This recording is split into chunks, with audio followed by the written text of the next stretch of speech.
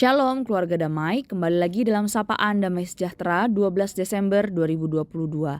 Mari Bapak Ibu Saudara, kita bersama-sama mempersiapkan hati kita mendengarkan kebenaran firman Tuhan. Mari kita bersatu di dalam doa. Tuhan Yesus, terima kasih karena Tuhan begitu baik dalam kehidupan kami.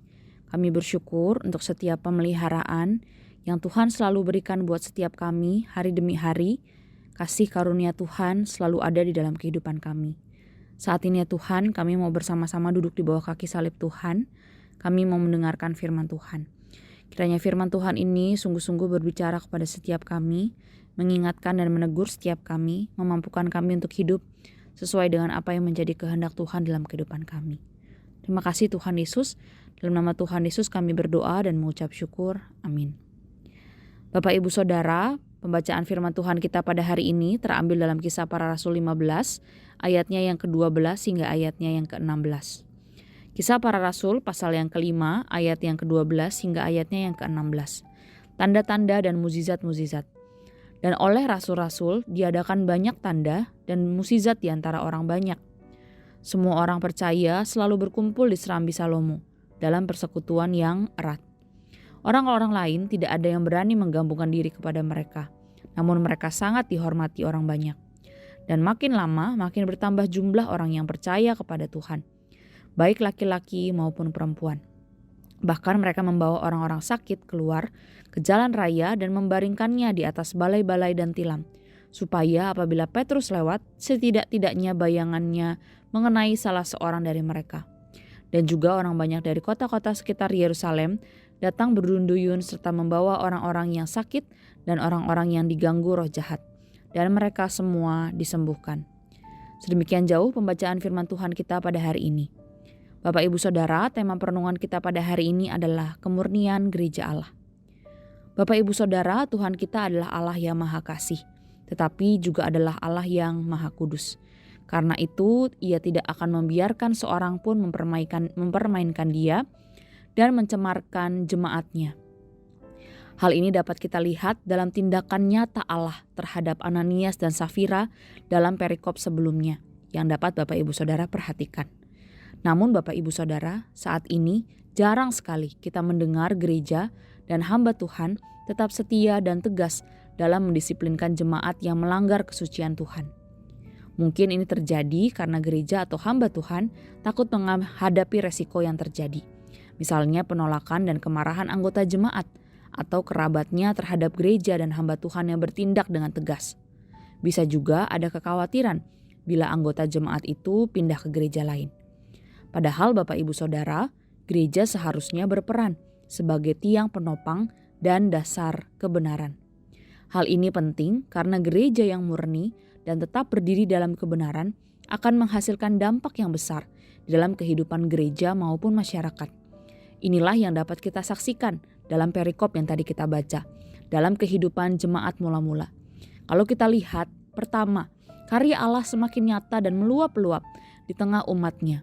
Allah akan terus bekerja di dalam dan melalui gereja, baik disertai tanda dan mukjizat-mukjizat yang ajaib, maupun yang tidak terlihat secara fisik. Inilah yang Allah telah lakukan sepanjang sejarah gereja. Yang terpenting adalah pertobatan jiwa yang diselamatkan. Karena ini juga merupakan mukjizat terbesar, yaitu perubahan hidup orang-orang yang berdosa menjadi anak-anak Allah oleh karena kasih karunia Allah. Dan yang kedua, jemaat akan tetap bersatu dalam persekutuan yang erat dan mendapat rasa hormat dari luar. Dan yang ketiga, gereja akan terus bertumbuh dan semakin menjangkau lebih banyak orang. Karena mereka semua mendapat bagian dalam anugerah keselamatan yang Allah berikan. Kehadiran gereja mula-mula di dunia membawa dampak yang besar. Dan itu terlihat nyata dalam 3 fenomena. Yang pertama, walaupun mereka merupakan komunitas kecil, tetapi orang luar sangat menghargai orang-orang yang percaya kepada Tuhan. Kedua, dalam keterbatasannya mereka justru mampu menarik orang banyak untuk percaya kepada Tuhan.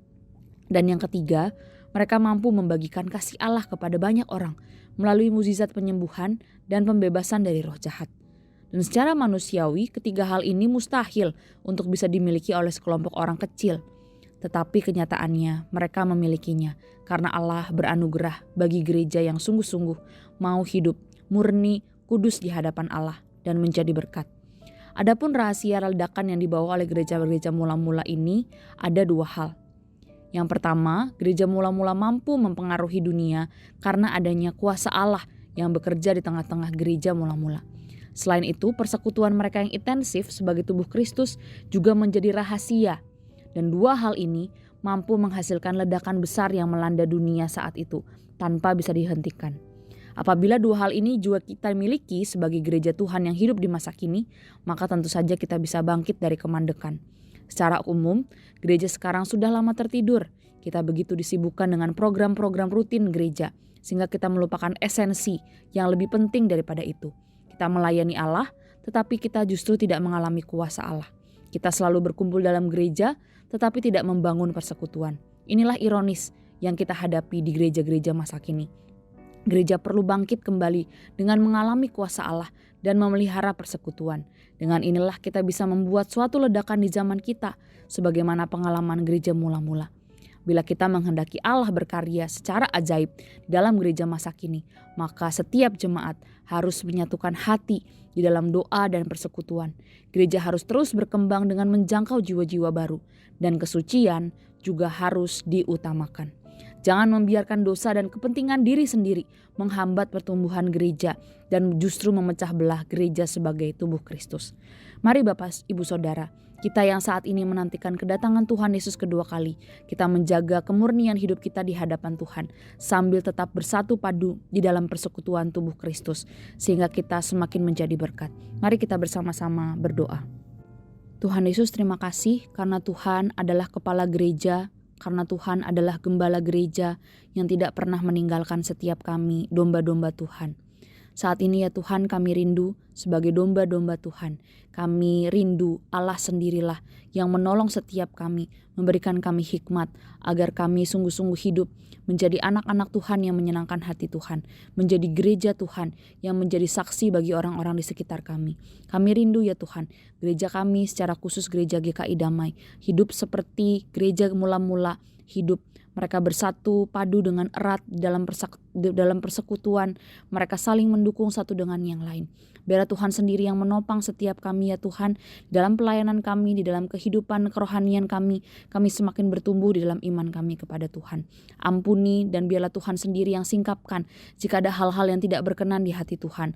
Mampukan kami ya Tuhan untuk kami sungguh-sungguh hidup sesuai dengan kehendak Tuhan. Biarlah Engkau sendiri yang memurnikan hati setiap kami, agar sungguh hidup kami berkenan di hadapan Tuhan. Kami rindu ya Tuhan, menantikan kehadiran Tuhan kedua kalinya. Kami rindu menyambut bulan ini bersama-sama. Kami mau bersuka cita, dan biarlah kami diingatkan bahwa Allah yang datang itu sendiri merindukan kami juga untuk hidup sungguh-sungguh kudus, sungguh-sungguh menjaga kehidupan kami di hadapan Tuhan. Terima kasih Tuhan Yesus. Di dalam nama Tuhan Yesus kami berdoa dan mengucap syukur. Amin. Selamat beraktivitas Bapak Ibu Saudara. Tuhan Yesus memberkati setiap kita.